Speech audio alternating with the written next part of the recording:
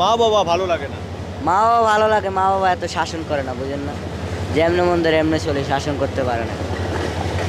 মানে মা বাবা শাসন করে আর কমলাপুরে কেউ শাসন করে না, সেই কারণে কমলাপুর ভালো লাগে। এই কথাটা আপনার কাছ থেকে শুনি। কমলাপুরেই ভালো লাগে, যে এনে থাকি, কাজ করি রেলওয়েতে, এর দূরেই। আমার বাড়িতে জীবনে ভালো লাগে না। বাড়িতে কেন ভালো লাগে না? ভালো লাগে না, অনেক সমস্যা আছে, তাই ভালো লাগে না। হ্যাঁ, সমস্যা আছে দিকে, কেউ না কেউ পিছনে কারণ আছে, কমলাপুরে আসার কারণ কেউ অনেক কিছুই আছে। মানে কি কারণটা একটু আজকে সেই কারণটা একটু জানতে চাই, যে মা বাবা শাসন করে সেই কারণে আপনার মানে সেখানে ভালো লাগে না, কিন্তু কমলাপুরে আপনার কোনো শাসন করার মতন লোক থাকে না। কিন্তু আমরা তো জানি যে টিটিরা দৈরা বানির, এখানে পুলিশরা দৈরা বানির রাতের ঘুমের ঘরেও পিটা দেয়। না না, আমরা এনে রেলওয়েতে চাকরি করে, এম করে কেউ কিছু করে না। রেলওয়েতে সরকারি চাকরি করেন আপনি?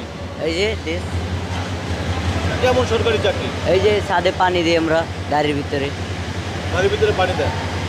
কয় টাকা বেতন পান? মাস শেষে 10,000। হ্যাঁ, 10,000 টাকা।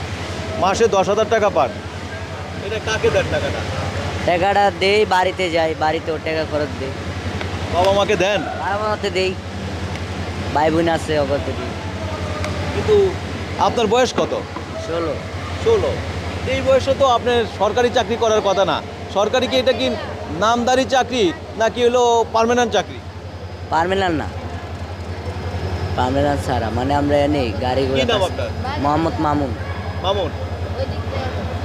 আমরা দর্শক মামুনের কাছ থেকে একটা বিষয় জানলাম, যে মামুনের একটা কথা বলছেন যে তার মা বাবার শাসনের কারণে সে হলো কমলাপুর স্টেশনে চলে যায়। কমলাপুর স্টেশনে চলে আসার একটা কারণ আছে, কোনো না কোনো মাধ্যম ছাড়া কমলাপুর স্টেশনে কেউ আসে না, সেই কথাটা কিন্তু মামুন বলেছেন।